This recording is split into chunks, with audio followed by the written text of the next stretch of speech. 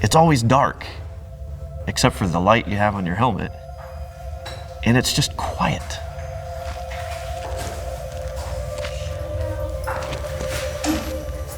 You're exploring because you don't know what's there. And anything could be there.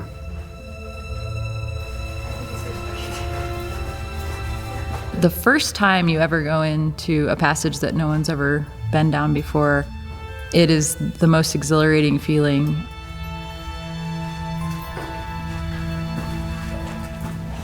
At this point, we've only discovered like 3% of all that might be there.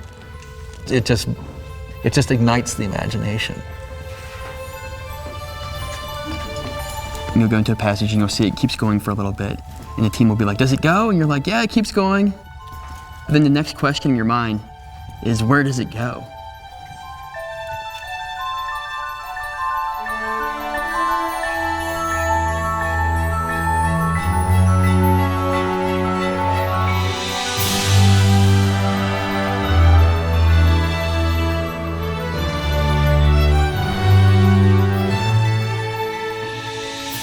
This is Jewel Cave, one of the longest caves in the world.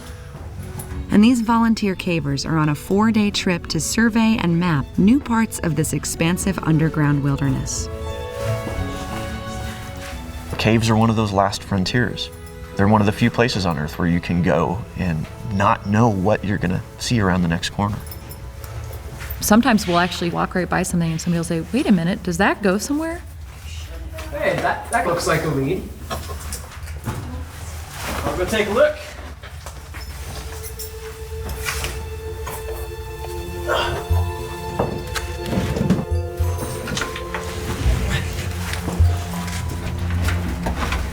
I went around a corner, climbed up, and I stood up in this giant room. It was 160 feet long, and it had a 100-foot tall ceiling. And I stood there and I thought, this is pretty cool. It goes! Come check it out! I am the first person in history to stand in this room right here. Year after year, new discoveries are made by these explorers.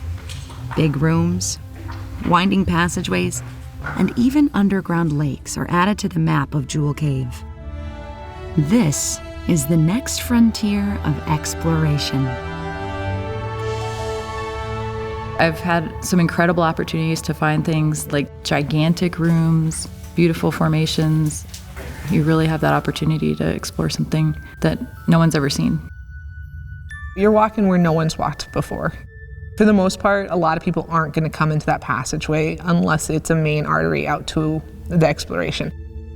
So you may be the first to see it, and you may be the last to see it. You're going to leave it the way it was, and that crystal you lit up for the first time is never going to sparkle again because no one's going to come by. And so for that moment, that crystal sparkled and you walk away. In the cave, it's dark, it's quiet, and it'll remain that way forever. Explorers at Jewel Cave are constantly working at the edge of what has been mapped. But this presents a challenge that pushes the limits of basic human endurance. The leads at the end of Jewel Cave are now getting so far out there that you have to set up a camp. The camp is actually very comfortable, and it's probably the darkest and quietest place you'll ever sleep.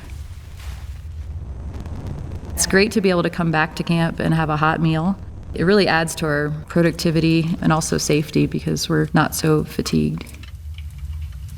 Campsites are located near water. But water is scarce in Jewel Cave. In some parts of the cave, small drips are collected for weeks. In others, it can be pumped from nearby underground lakes. Fresh water is essential for the cavers to forge ahead and expand the map. In the future, I think it's really going to push the limits of human endurance and what we're capable of. And it's really exciting to be a part of that. In this unforgiving environment, cavers must be careful and well prepared. All food is carried in with them. All forms of waste are carried out. The trick with caving is you can't bring everything. Your pack is only so big, and you want to make it as light as possible because you're the one hauling it. You can't get tired in the middle of the trip and say, can you carry this? I've carried too much stuff. That doesn't happen. An experienced caver can take a 4-day trip into Jewel Cave with a 15-pound pack containing food, survey equipment, and safety gear. But you don't have to commit to years of training or a multi-day trip to explore Jewel Cave. With a park ranger, you can ride the elevator 234 feet down to the target room and start to experience this otherworldly environment. Floor, manganese is the black strip that you are seeing underneath the level right there. Thousands of visitors come each year to Jewel Cave. They find themselves drawn to the beauty and the mystery of this underground wilderness. On the scenic tour, visitors can get an up-close look at many forms of dripstone, such as flowstone, draperies, stalactites and stalagmites, and even soda straws.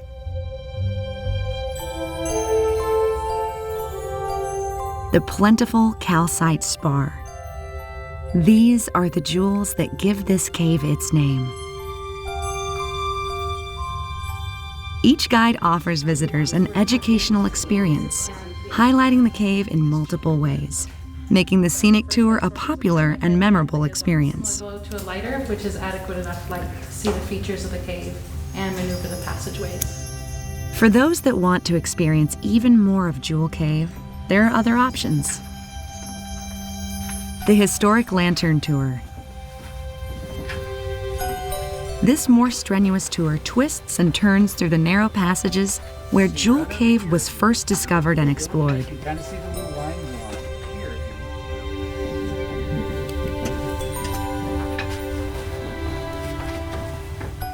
And for the truly adventurous, there's the Wild Caving Tour.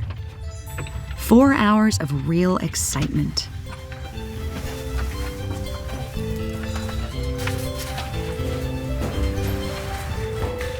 These passages are challenging and not always easy to get through. Sit up on this ledge, drop that left foot. But once you do, even novice cavers discover things that are quite remarkable. Magnesite balloons. And if you come a little bit closer, you can take a look. You can see that balloon right down here. And that hydromagnesite balloon is 1/1000th of an inch thick. This is the only cave in the world where hydromagnesite balloons can be seen by the public. One of the many extraordinary yet incredibly fragile features of this cave. So, how did the cave itself form? There are still many unanswered questions, but here is what the latest research shows. Beginning 60 million years ago, around the same time the dinosaurs are dying out, geologic forces fractured the Pahasapa limestone of the Black Hills.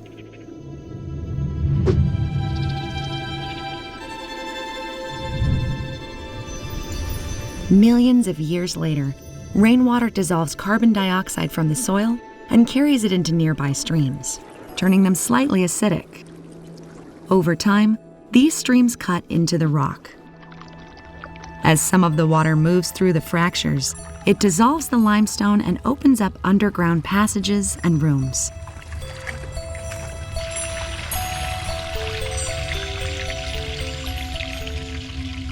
When the water stops flowing, it leaves behind dissolved limestone, creating a coating of calcite spar.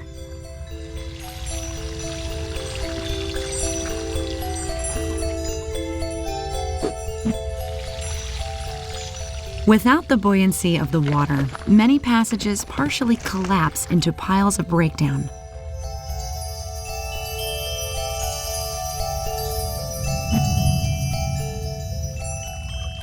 In a few areas of the cave, rainwater seeps into air-filled passages, depositing unique calcite formations to adorn the cave.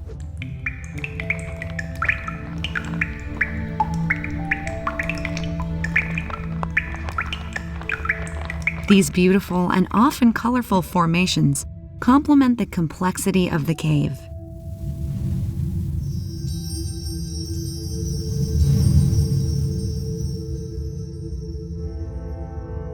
This underground world formed over millions of years. Yet it was discovered just over a century ago.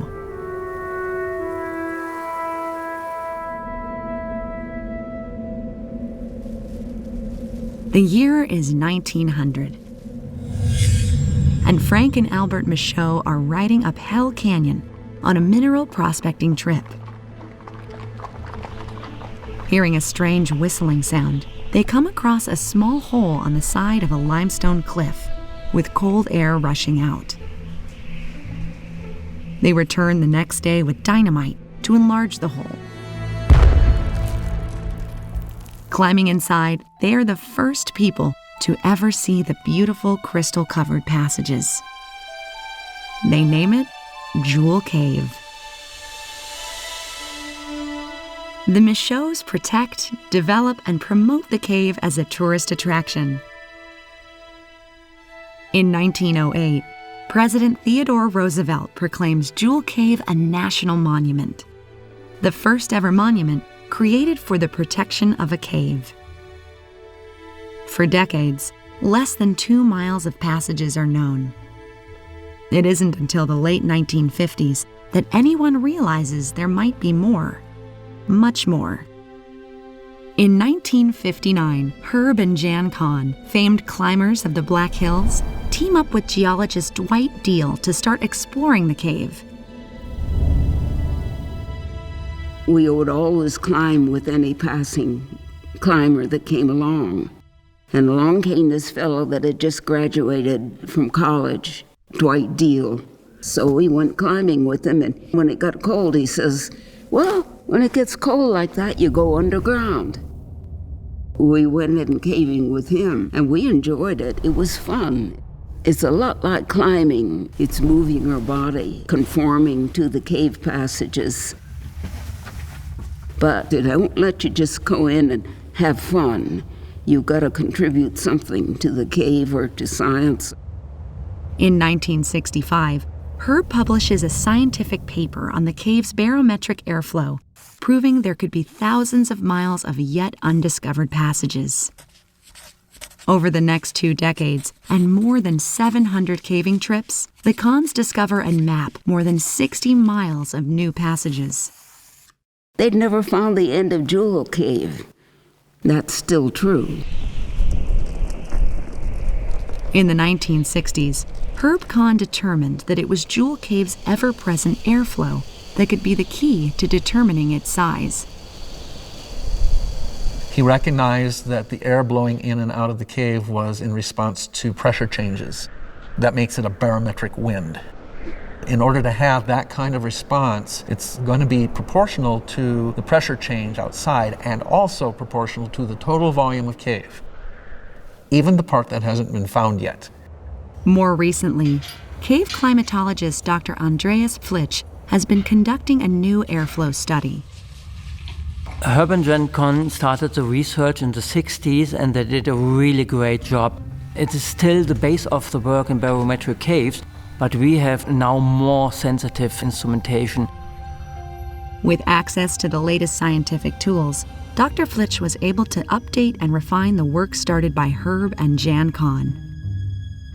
One thing is the thermal camera. You can see the surface temperature of the cave, and you can see even the airflow. We have the ultrasonic anemometer, and with this, the instrument can calculate 3-dimensional airflow information. Well, we started with Herb's studies. He calculated a volume of about 4 billion cubic feet. Based on Andreas's measurements, we can expand that to like 14 billion cubic feet. Those volume predictions have allowed us to think big.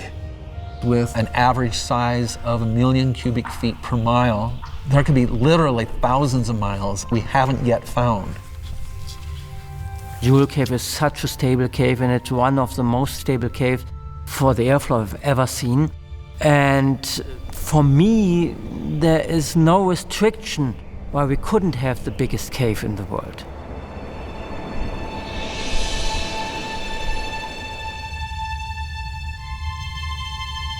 Armed with this knowledge and a desire to map the unknown, dozens of volunteer cavers have made exploration a labor of love for more than 50 years.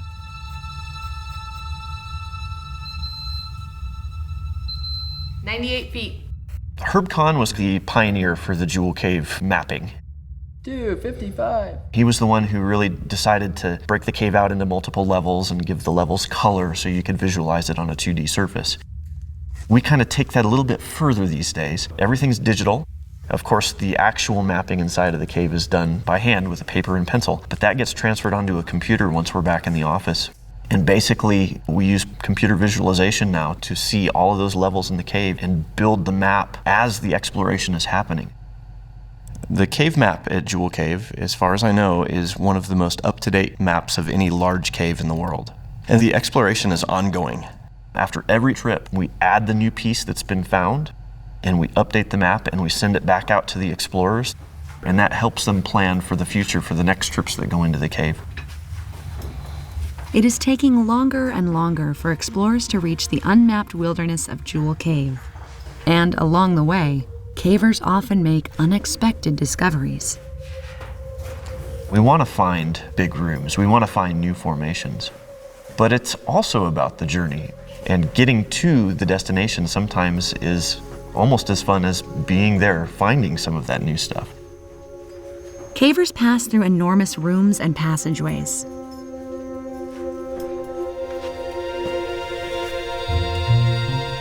Places like Cloud 9, Rambling Loft, the Western Motif, and countless unnamed passages and rooms.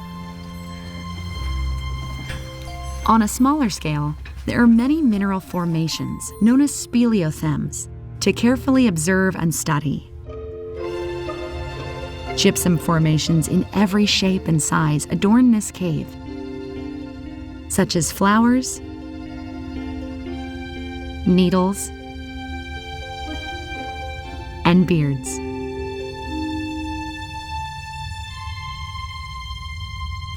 It's a real thrill, to come across some of the rare speleothems deep within the cave. So pristine and so incredibly fragile. I think everyone agrees the frontier of it all, the experience of going out to the end, is a value in and of itself. As explorers continue to push the limits underground, a diverse bat population has found a home in and around Jewel Cave.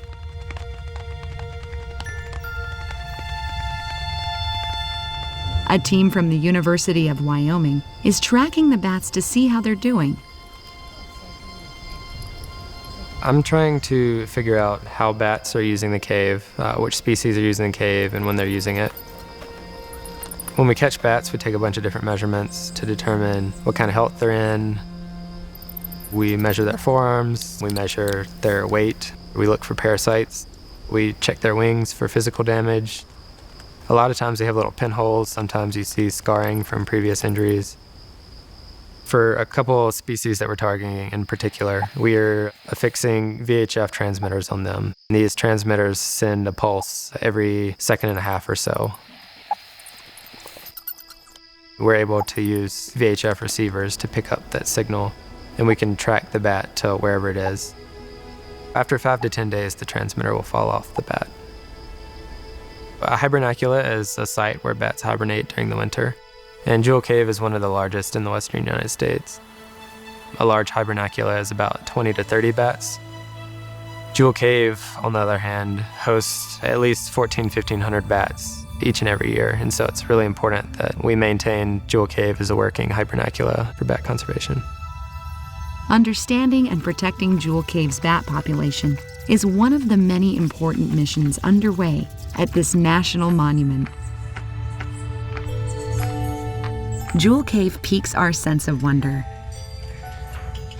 There's so much more to discover, and the spirit of exploration just goes on and on. One of the most memorable moments of my whole life, not just my life caving, was being the first person to see the water table, Hourglass Lake, the first lake discovered in Jewel Cave. And Jewel Cave is 99% dry, and here are thousands of gallons of water. And I got to be the first person to see that. It all pays off for that one time you come out and the room starts getting bigger. And it's a giant passage that your light doesn't get to the end of. You're so excited you don't get tired. We had fun, and that's why we did it. I just hope the exploration can continue as far as it's humanly possible to do it. It doesn't have to just be a cave. It could be your own backyard. Go out and find that adventure. Go discover something. Everyone who comes to Jewel Cave can be inspired by the discoveries taking place. From day visits to long cave camps, the discoveries keep coming. And the more we find, the more questions we have. That's what keeps cavers and visitors coming back.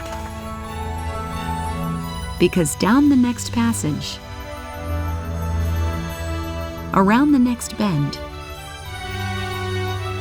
the path goes on and on, out into darkness, in the wilderness, underground.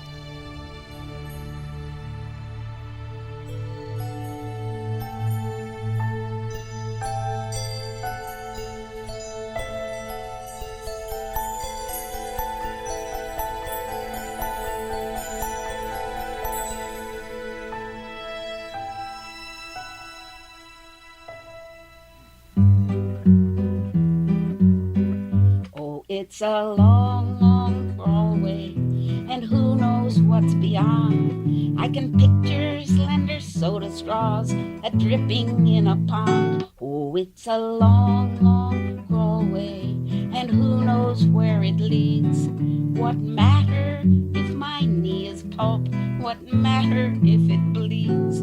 Oh, it's a long, long crawlway that almost has a breeze. If it opens up a little, I can get back on my knees. Oh, it's a long, long crawlway, and who knows where it goes. Now my heels are on the ceiling, and the floor curls up my toes. Oh, it's a long, long crawlway, who knows where it will end. Now I've struggled to the corner, I can peek around the bend to see a long, long crawlway.